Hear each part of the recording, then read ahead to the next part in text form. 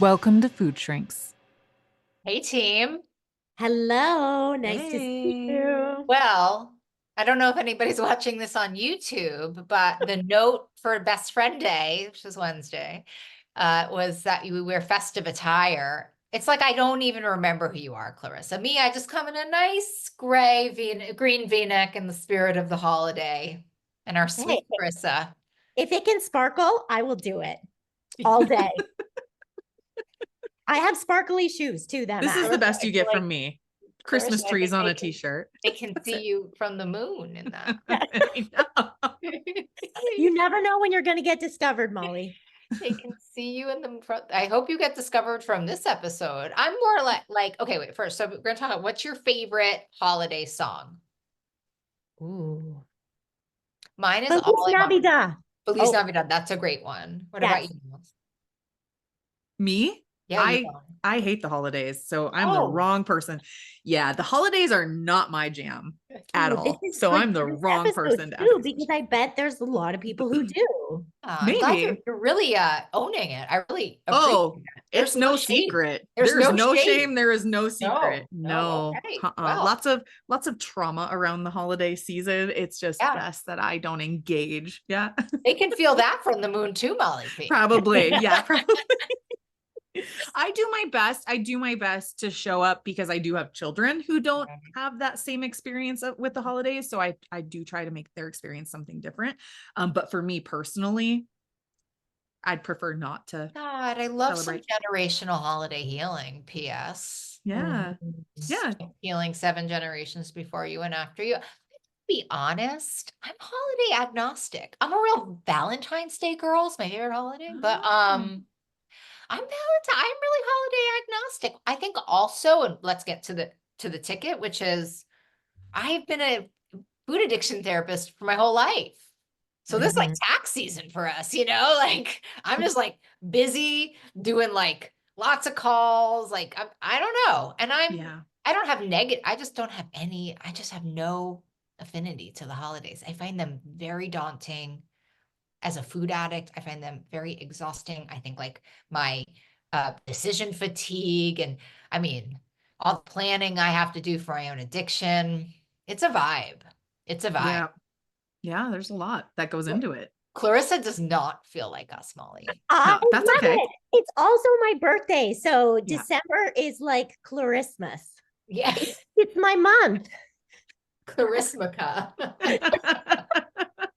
That is one thing that I do appreciate about December is that both of my children are December babies as well. So it's like I'm almost like forced into celebrating some aspect of holiday for an entire month, which talk about healing, generational healing as far as holidays go, absolutely. I can put aside my feelings and like show up for my kids and try to make it something Yeah. that I didn't have. Definitely, it just has never actually changed how I feel about it. It's interesting, but I agree, like that birthday time, Christmas. So Clarissa and my two girls. So it's like one big month of festivities and gifts and whatever else. So that could be I fun. I remember once I ran this program and like I was asking my community about what to talk about. And it's interesting what you're saying, Molly, because it's like all of them are like, I'm alone. Like I Mhm. have nobody to celebrate with. Like I don't want to go to these things. I'm not invited. And so I just think it's the most complicated time of the year. Yeah, It it is. definitely is because it can be that and it can also be overscheduled, Oh overdoing, my like, goodness. so much exposure, no rest whatsoever. Do they So, have cookie exchanges in Canada? Do you know what that is? yeah. When I first learned about a cookie exchange, it took me like at least 4 days to process the information. It's so overwhelming to me. Yeah, well, Yeah. it's like only the day after Remembrance Day, essentially, and the Walmart is full of all chocolate, all. Uh, So I understand why people struggle right now. yeah. And I think it could really be a lonely, because I think the other thing is it's for many people. So there's people who don't have anybody, and then there's some people they call it in the 12 steps, they call it like this anxious apartness when you're with all these people but feeling really really lonely. Also, I know I've felt that way, like in a big time, like I'm with all these people, I don't feel like I belong. I remember acutely the beginning of my food sobriety, it was so exhausting doing all of this. And I have to be honest, I wonder how that's just really the question I wanted to ask you guys. Like, is it still, these parties are still, I don't know if they're hard for me, but I think they're hard for me. I think sometimes I try to pretend like I'm a normal person and I don't even just do like a brief little checklist with myself, like a little quick do's and don'ts. And then I get to these parties, I'm doing behaviors I really don't like to engage in, most especially bites, licks, and tastes. You know, I'm like at the charcuterie board, a little bit of cheese. I'm like over there with some grapes. And it's not like off program for whatever. It's abstinent food, but like I'm not it's like the food is taking over the party. I don't know what time we're eating. I go appetizers and I'm full for the dinner. It's just, and I'm like 15 years into this thing. Mhm. And so I don't know. I just thought maybe we could talk about that a little bit of like how Mala, I had no idea you were so healing, that you were just a big vessel of healing on the holidays. But I Yeah. just wanted to talk through like, because I know for me, like this year particularly is like heavy holiday stuff. And I have like a lot of prep I have to do if I want to do this in a way that like I want to feel good at the end of it. And I want to enjoy it because I have a lot of fun parties to go to. I mean, and I'm going to obviously ask Clarissa to be my fashion consultant. Definitely. She'll Definitely. send So you, much already from this she'll episode, send you you some know? sweaters, a Already dress. learned a lot from this episode. And we haven't even started. So how do you guys like handle like that, the food part and the people part and I don't know, so much to do. Yeah, I really have to do a lot to take care of myself ahead of time before going to these events. So if I know I'm having something, I'm going to go for a walk. I'm going to do self-care. I'm probably going to exercise. I might do a cold shower, and I'm always going to eat before I go because most of the time there's not a lot of stuff that I can have. So if it's like a party like that, I would say my bigger trigger events would be family. Mm. Wait, so And if you're going to someone's party though, I'm fascinated by this. You eat before and then you just don't touch food while you're there. no, not necessarily. I just I know of all the stuff that's gonna be there, and it's like all this pretty glamorous Oh, stuff that I never have. So I'll probably eat eggs because I find them super satiating, and maybe some ground turkey in there, and have a decent volume meal. And then when I go, I'm not hungry, so I'm able to just focus on the people. And I usually think about the people who are going to be there and like who I really want to connect with. And that's what I try to make it about more for me, so anyways. good. I find that so hard. I find it hard. You guys are more the science people than me, but like I find it hard when there's like Marchego cheese that what's the stuff with the brain science about like highly desirable food that you don't get to eat that often? And especially if it's abstinent, I'm sort of like, well, Yeah. Yeah. Well, I mean, I think it's like what we know about the idea of like restriction. And then when we have it, whether we're purposely restricting or not, it's something that you don't get all the time. Right. oh, And so that's then it so has, interesting. it just, the value, your brain just gives it a lot of value.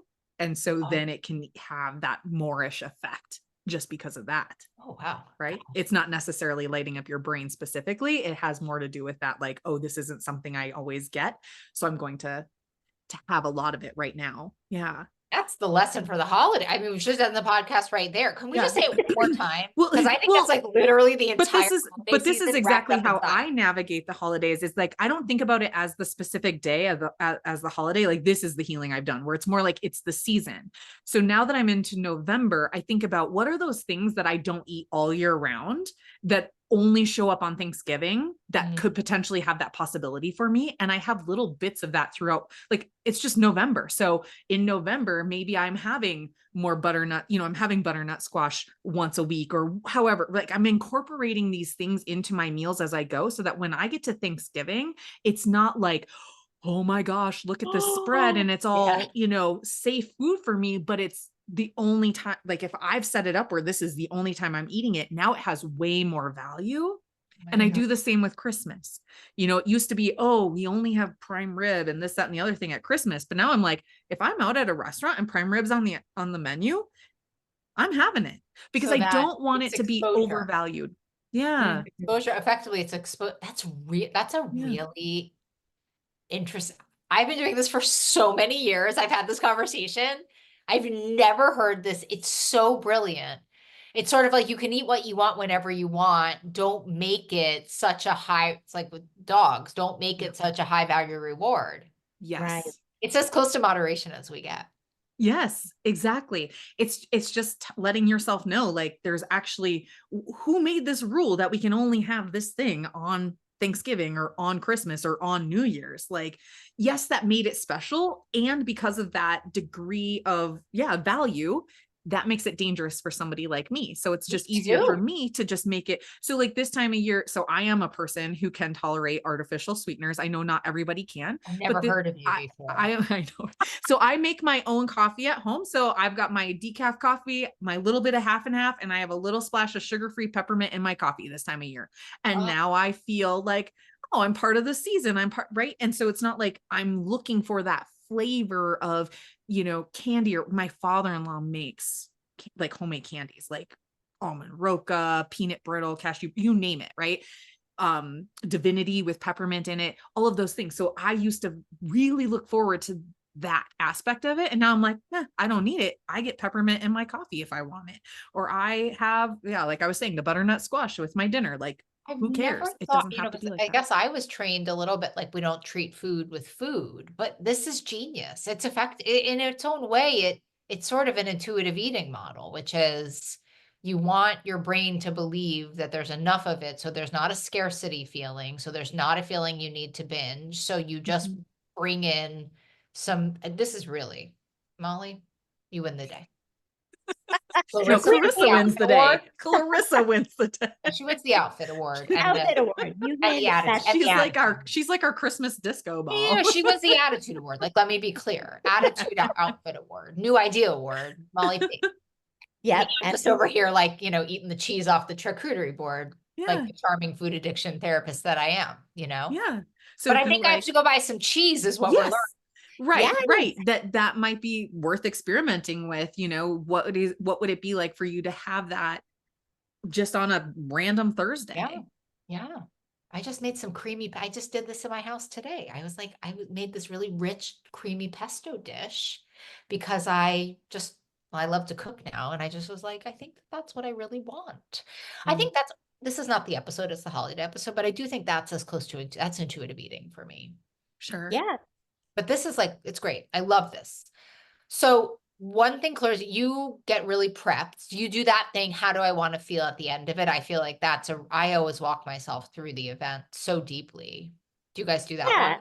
I certainly will like sometimes visualize, imagine the event, and I role play with clients all the time. And So you're so, actually like getting benefit from it too while you're yeah, absolutely. Yeah. Especially when I get to be like the difficult family member and I just like, embrace my sisters.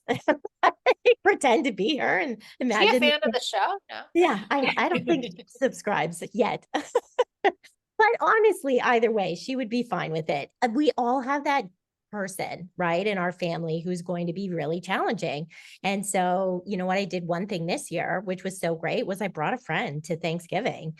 And let me tell you, your family gets on their best behavior around other people, which was also really nice. And so it's kind of having that ally there. And, where again, when you just need a break from the conversation, you can go and like hang out with them and, talk about your own private stuff. So that was a bit different for me. So yeah, I do like. I also feel like I was talking about this in my group last night. And again, I want the research on it, but they say like so there's this phrase in AA and they say, if you're standing around the barber shop long enough, you're going to get a haircut, right? Mhm. Meaning that if you're standing around a bar, eventually you're going to drink. So when I think about food, and then, there's that idea that a craving only lasts like 15 minutes, except if you're standing in front of the dessert table. I actually Mhm. think that Mhm. research isn't true about food. I don't think if you're sitting at the Thanksgiving dinner for an hour, your craving's going to pass because Right. you're basically sitting in the barber shop. Yes, Yeah. I agree. So the thing I think is maybe the most, This is my take. This is my hot take, girls. I think the most underestimated skill in the holidays is giving yourself a timeout. And by Yes. timeout, I mean literally removing yourself from the environment for a extended amount of time, 5 to 15 minutes. Yeah, Agreed. Agreed. Just to exactly. refresh, to shake it off. And I love like going outside without my jacket because to me Mhm. that is a nervous system reset also, Hmm. For or sure. putting my Yep. hands in ice water or going and listening to a song. Like I think, and especially if you're in early recovery, I remember Yeah. for some reason, my first Thanksgiving abstinent is like the most seared in memory of my recovery because I'd been so bulimic that I had just thrown it. I was so Oh, bad the yeah. year before. And I Mm, just remember for the first time in my entire life, I was like, I'm going to do this. And I wasn't like that. I was like, if I die, I die. So for my first year, I was like, I'm going to do this. But the amount, it was like going to war. I like had a war broke. mhm. Okay, and I'm going to take a break at 5 minutes. And I'm going to take a break. And it was a game changer. Hmm. Yeah. I Yeah. always do. I'll get up at like after dinner is done when everyone's eating dessert. I just do the dishes. And now my family just thinks it's like totally normal. So I'm helping out. I don't have to sit like around while everyone's eating pie. I'm just and like I'm just doing my own thing. I can still hear the conversation. I'm still a part of, but I'm not just sitting there not Probably having nice too to like get away from them for a minute. But yeah. that's actually kind of dope that you made yourself into the dishwasher. It's a really safe job for a food addict. Yeah. Mhm. It just works for me. So that's what it, but it's my taking a break. Exactly what you just said. Yeah. I think a timeout is just and I believe like, and I'm going to imagine, although I'm not a scientist, it's scientifically so smart for us because the food is just there and it's there Mhm. and it's there. And your decision fatigue is going to happen 15 minutes in. I just want to say to the listener, do not underestimate how small amount of like willpower you have at these Yeah. events and giving yourself like these graceful timeouts, Yeah. phone call, whatever. Listen to our podcast. They're only 30 minutes long. Come hang with us, Right. whatever. Like these are the sorts of things that I think are like they feel really dumb because they're so simple in concept, but we do them when we're like, oh wait, I feel like I have like a totally new sense of self. I can walk back in. Yeah. I think about it too, as far as like these timeouts, I do that too. But I think again, that's like my survival. I don't enjoy these holidays anyway. So I'm going to remove myself as quickly as possible just because it's the people, not that I don't love the people, but it's just the anxiety, the overwhelm. But I think, that there's something to be said again about putting such high value on these specific days in general. On Yeah. any other day, are you going to sit at a dinner table for an hour with just this full spread? Mhm. You No, are clearly because you do this exposure therapy, that's but Yeah. not. Yeah, yeah, right. Like, yeah, no. I've been with Molly. She always orders the prime rib. I promise you, listen, it's a real thing. it's literally changing my life. Don't get me wrong. I'm just like, I feel like I'm having an enlightened experience on our but podcast. but I think like we need to start thinking about it that way too, as far as like, we put a lot of pressure on ourselves that these days are super special and they only come around once a year. But again, think about how often are you sitting at a dinner table for that long? How often are you, and I think for some of us too, it's like, oh, this is the only opportunity to get to talk to Aunt Sally, or whomever. But is it really, are you denying or in a way almost again, quote unquote, restricting yourself? It doesn't have to have this huge buildup. It could literally be just another day. And the holiday is just an excuse to get you into the same room. You can still have these relationships outside of that, be it with the food or with the people or whatever. Yeah. And there's a lot of problems with our world, but the real truth is like you can get anything you want. Like if you want to get macaroons from Paris and you got a little gold Yeah, credit card, like you can get those guys sent to you like in 2 days. Like I Totally. love that idea walking. I can eat whatever I want whenever I want. Mm-hmm. So now let me find like my highest and best self and move it in Yes. choice. Because when I'm there and I'm like, well, I'm never gonna have that again. I'm there, like I'm in scarcity and urgency and fight response and appeasement response. And it does not end. yeah. And I think you can't underestimate euphoric recall, right? So we Say have had more. Say these more. things like since we were kids, a lot of us. So at my house, it's like we call it the Christmas crack, which should say everything, but it's nuts and bolts, right? We have to keep it locked up when mom makes it early because people will come and they will find it and they cannot stop. And so, First, say the part like that Michael Moss explains. I think this is going to be like there's that brain that Michael, you know how Michael Moss. Yeah, it's like that first time you had that thing. Dopamine is all about learning and motivation. And so when you have that, you will remember what that was like. So, if you were a survivor, or somebody in the early days and you found berries, every time you walk by that, you'll look for that spot for berries. It's the same. Like if I see a moose somewhere, every time I drive by that spot, my brain remembers it's about learning and motivation. And I look for the moose and I almost expect it to be there. It's the same with these foods. And then once dopamine is going, we also have cortisol released in our body. And now it's not about reward, it's about relief. So I'm having a craving and my body feels uncomfortable and I need to have that thing to give myself relief, not pleasure. Wow. Damn. And this thing that Clarice is talking about, team, Michael Moss, back when I had What You're Craving, I mean, he said, I didn't believe that food was addictive. And then the euphoric recall was really the thing that made me know that our food addiction starts so early. Mm-hmm. Like what do you guys call it? The crack? Yeah, Christmas crack. What is it? Like chocolate and nuts? It's nuts and bolts. It's literally bolts? so it's like nuts, cereal tossed in honey and salt and oh my God, fat, I want to snort it. Yeah. If you're watching YouTube, this is how I want to eat it. So come join YouTube. Only bingers understand that. Yeah, everyone's laughing in my friendship circle. I hope you're laughing if you're watching YouTube. I want to get as much of that into my mouth as I possibly can. I want to swallow it so hard. And that's just it. And that's this is what we're surrounded by all the time. All the things that were our favorite in the past because, grandma made something, mom makes something. It's everybody's special family recipe. Yep.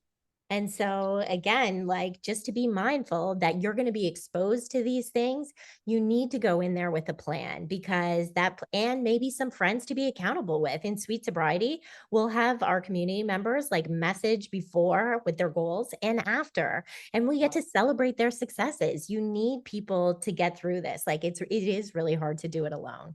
Yeah. Yeah. And I'm thinking maybe we make this into a 2-parter and if I don't know. People have questions. Oh no, we're doing questions differently. We are doing questions differently. So here's the deal, everybody, because we're getting so many questions and we're going to be answering your questions on our YouTube channel. But I want to suggest that you ask us questions about the holidays and we'll go answer them over on our YouTube channel because obviously we have so many ideas. We're chock full of them. But the thing you're saying, Claire, I think is we're all saying, to me, accepting my vulnerability is the most important thing that I do. I am so quick to be like, I'll be fine. It's just whatever. It's just Ginny's party. How hard can it be?